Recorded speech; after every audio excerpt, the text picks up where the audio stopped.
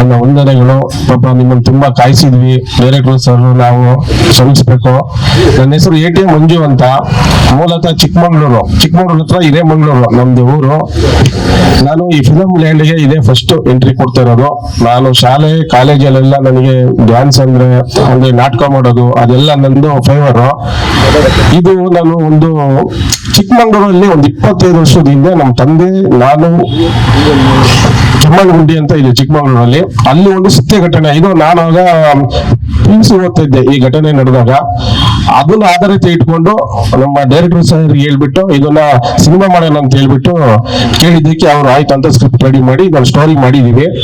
ಇದು ಆಕ್ಚುಲಿ ಸತ್ಯ ಘಟನೆ. ಇದು ಒಂದು ಆ ಕಡೆ ಒಂದು ಊರು ಇರುತ್ತೆ, ಈ ಕಡೆ ಒಂದು ಇರುತ್ತೆ, ಸೆಂಟ್ರಲ್ ಒಂದು ಕಾಡ್ ಇರುತ್ತೆ, ಬಸ್ಸಿನ ವ್ಯವಸ್ಥೆ ಇರೋದಿಲ್ಲ, ಅಲ್ಲಿ ವಾಕೇಬಲ್ಲೇ ಹೋಗ್ಬೇಕು.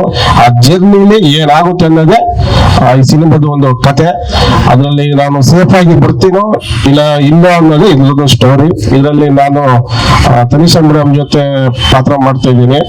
ನಾನು ಹೊಸಬ, ನನಗೆ ಪಾತ್ರ ಮಾಡೋದಕ್ಕೆ ಅಷ್ಟು ಇದಿಲ್ಲ. ಇವ್ರ ಜೊತೆ ನಿಂತು ನಾನು ಕಲಿತಾ ಇದ್ದೀನಿ. ನಿಮ್ಮ ಸಹಕಾರ ಎಲ್ಲ ಇರಬೇಕು.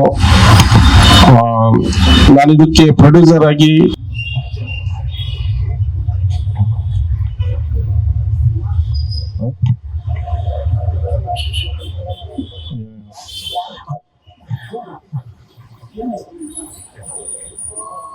ಈ ಮೂವಿಗೆ ನಾನೇ ಪ್ರೊಡ್ಯೂಸರ್ ಆಗಿ ಮತ್ತೆ ನಮ್ಮ ಸ್ನೇಹಿತರಾಗಿರುವಂತ ಸೋನಿಯಾ ರಾವತ್ ಅವರು ಕೋ ಪ್ರೊಡ್ಯೂಸರ್ ಆಗಿ ಇನ್ವೆಸ್ಟ್ ಮಾಡುತ್ತಿದ್ದಾರೆ.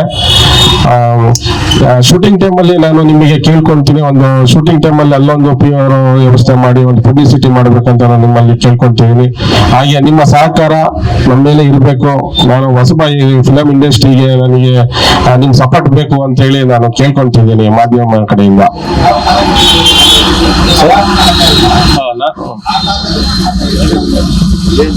ಸರ್, ಆ ಮೂವಿಯಲ್ಲಿ ದೇವಿಲ್ ಇದೆಯೋ ಇಲ್ವೋ ಅನ್ನೋದೇ ಸ್ಟೋರಿ. ಜನಗಳಿಗೆ ಒಂದು ಮೆಸೇಜ್.